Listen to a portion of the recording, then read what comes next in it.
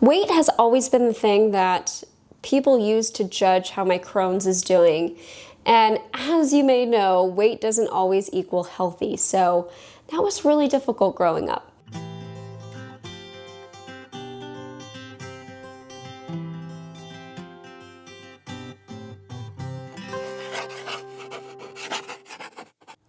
Hey guys, it's Maggie and I am back today, and today I'm going to be talking about gaining weight with Crohn's, with an ostomy. It's one of the biggest battles that I've had.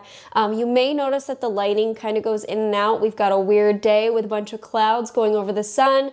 I've also got my mic because 4 dogs and a husband. And this is also my second time filming this because I just filmed it and my camera froze and deleted the file. So frustrated. Anyway, we're going to talk about what it's been like the last couple of years, how I kind of got a hold on this whole weight gain thing with my Crohn's, because it is something that I have dealt with for my entire life. I want to talk about the major factors that I think played into this new era of not just gaining weight, but maintaining weight, which is really nice because it's kind of taken my focus away from what the scale says. Throughout school, high school, college, into adulthood, I have always been worried about my weight. It's something I have always struggled with since being diagnosed with Crohn's disease. I know this is not something that everybody deals with, but because this Crohn's disease and ulcerative colitis and living with an ostomy, it all kind of deals with our GI system. This can lead to nutritional deficiencies, and that has been my experience, definitely. From a young age, my weight was the benchmark. I mean, that's what I was told from my healthcare professionals. That was the benchmark for how healthy I was with my Crohn's, and I know there was certain importance of gaining weight and growing because I was a child with Crohn's, but it was really drilled into me that my focus should just be getting all of the calories that I can. Didn't matter what the food was, just as many calories as possible, get them. As an adult, 3 years ago now, wow, that's crazy. We went to the fertility doctor for the first time, and there was concern with my weight. It wasn't, it was always in the back of my mind. I always thought about it, but it felt very real in that moment because not maintaining your weight well can impact fertility treatments and stuff. And so the doctor asked, do you think you're going to be able to maintain your weight? And of course I said yes, but the truth was, I don't know. I really didn't know. I weighed around 92 pounds, I think, when we went to the fertility doctor. But then I started to notice some changes. I started to notice that I was not feeling as good. My weight was lowering a bit. I got down to 88 pounds. My ostomy output seemed to be increasing, and I had had my ostomy for, I think, 11 or 12 years at that point. So this was noticeable. This was definitely a change. And I knew that if I was really honest with myself, I knew that there were gaps in my diet.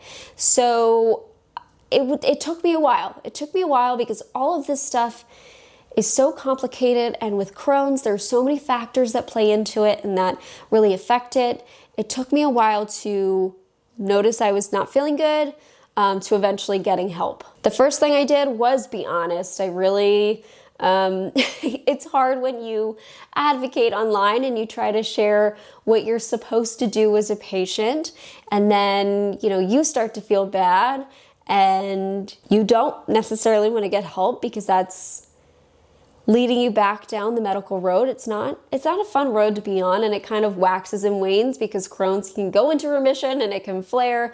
But I really just had to be honest with myself and, tell myself that you're not getting any better on your own.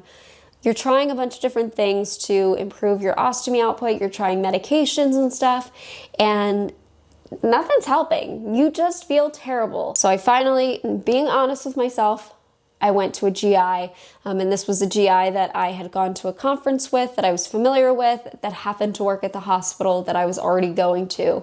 And so I had a nice conversation with him that was really influential in this whole journey because he listened on the phone to me, like basically near tears, explaining all my symptoms. I knew that I just felt so off. Looking back, I feel so silly because the first thing he said was, "It sounds like you're really dehydrated." And that's something I feel like I should have realized, but when you're not feeling good, I don't know, you don't notice everything. So him having that outside perspective, just hearing me tell my symptoms, he said, you know what? I think you would benefit from IV fluids just to get you ahead, to get you back on track, and that's exactly what we did. That was the beginning, you know, at this low weight, just feeling really icky, started to feel a little bit better, started to gain a little bit of weight, really more so maintain my weight because I was noticing such a fluctuation, like by a few pounds day to day, just from my ostomy suddenly losing so much fluid. I would lose weight really fast.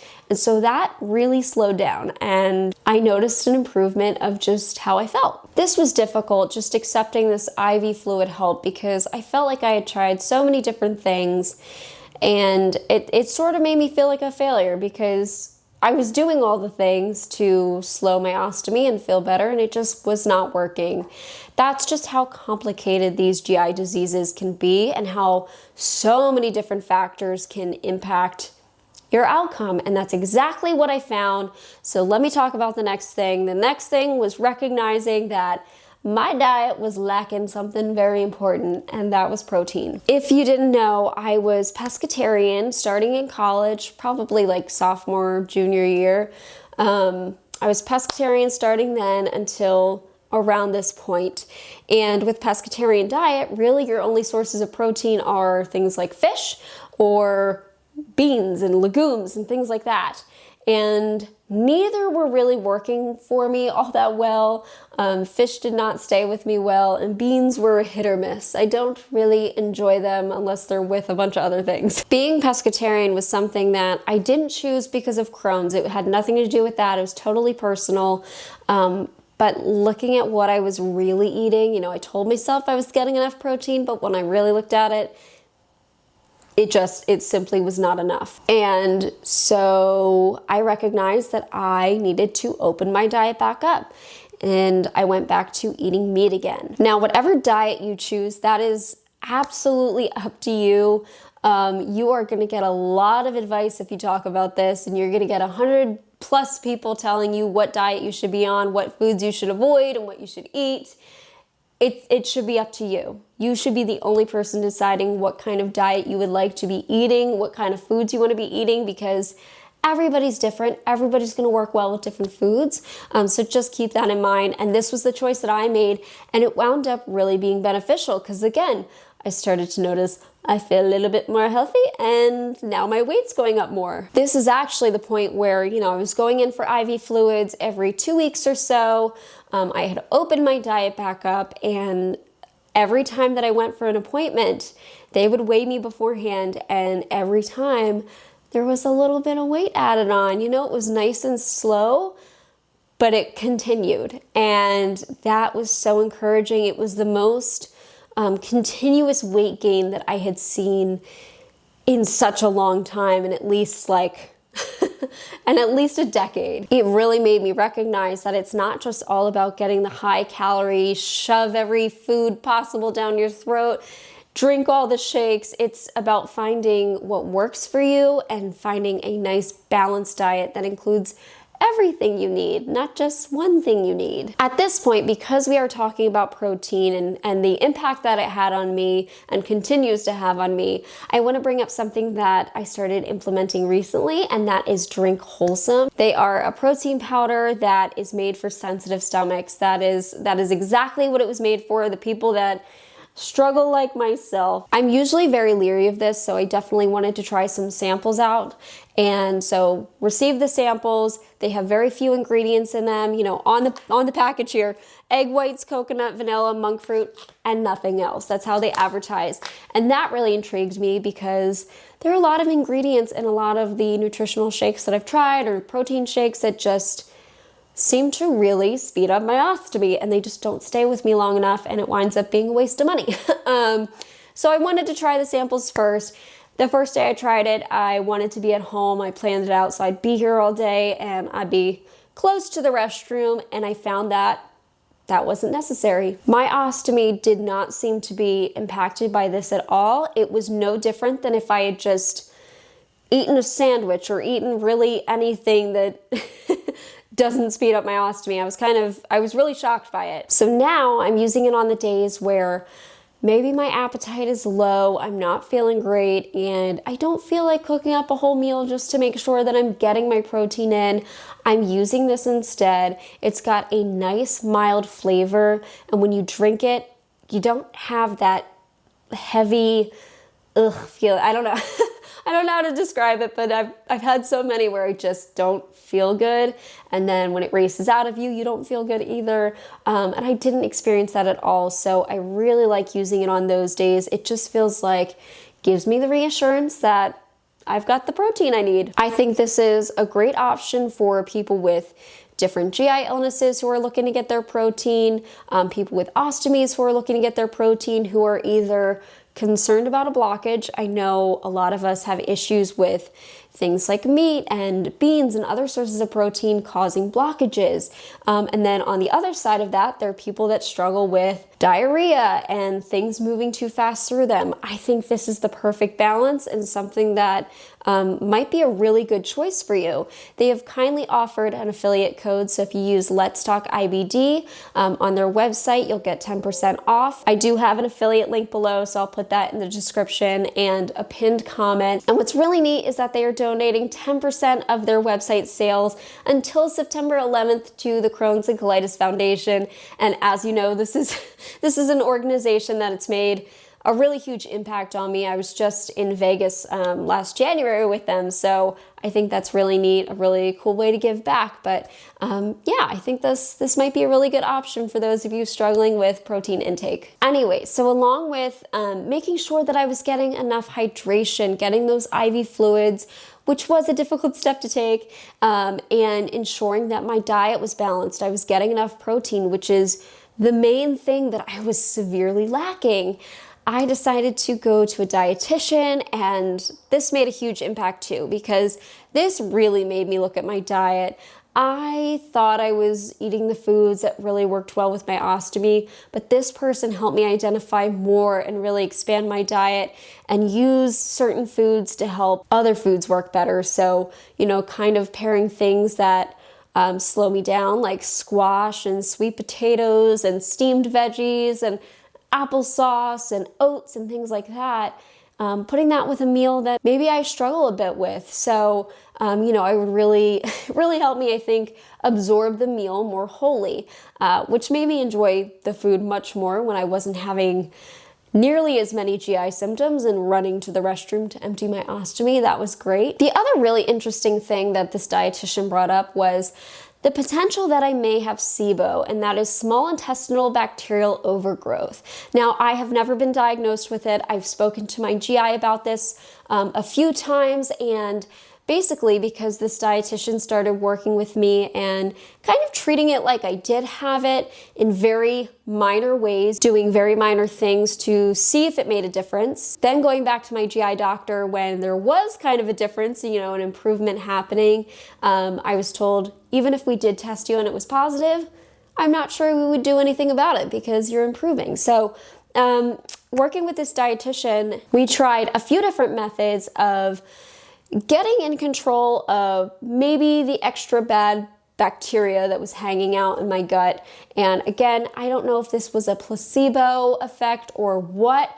Even if it is, I'm going to continue what I've been doing. We started adding in bitter foods at the beginning of meals, and then we started with apple cider vinegar. That I didn't like that. I didn't like it at all. I know that people do it. I was taking a tablespoon of apple cider vinegar before meals, and the idea was to help my stomach produce its own acid, because it would the acid kind of kicks it off, but also to help keep the bad bacteria in check. It made me gag, so I was like, I don't like this. So then we switched to a digestive enzyme, and that seems to be, again, placebo effect, I don't know, but it seems to work, and so I've been doing it for about a year. The difference that I notice with it when I take this enzyme before meals is that I don't have the rush. So I don't know if you experience this, if you've got an ostomy or just something going on with your GI system. You eat, and then all of a sudden you have to go to the bathroom. For me, obviously, I don't go to the bathroom. It's more my ostomy fills rapidly and I lose a lot of fluid through it. I noticed that this was not nearly as severe. I noticed that my output comes a little bit slower and it's not as voluminous. I know, maybe a little too much information, but that's truly what it seems like. And I was really worried because it is adding a bit of acid in. I was really worried about, am I going to get heartburn from this?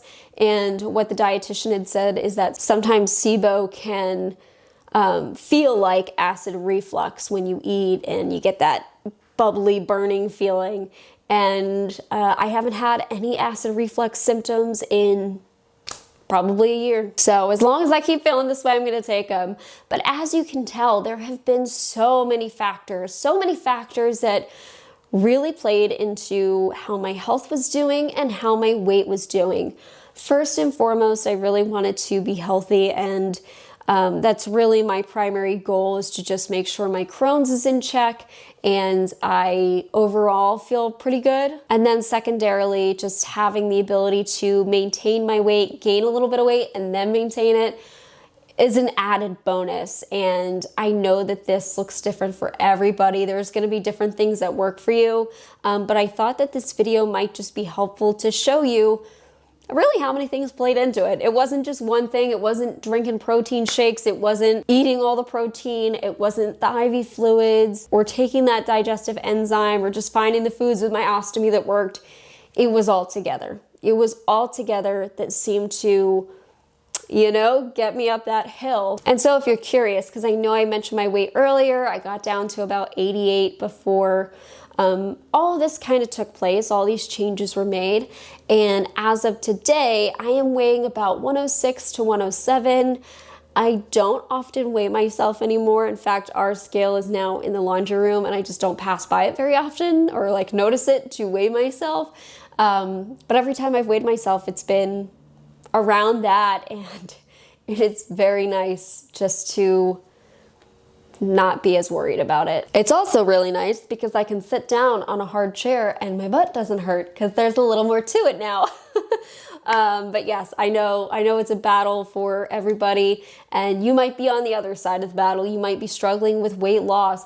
I know that this weight deal and how it's associated with our health status, it sucks, okay? I don't like it.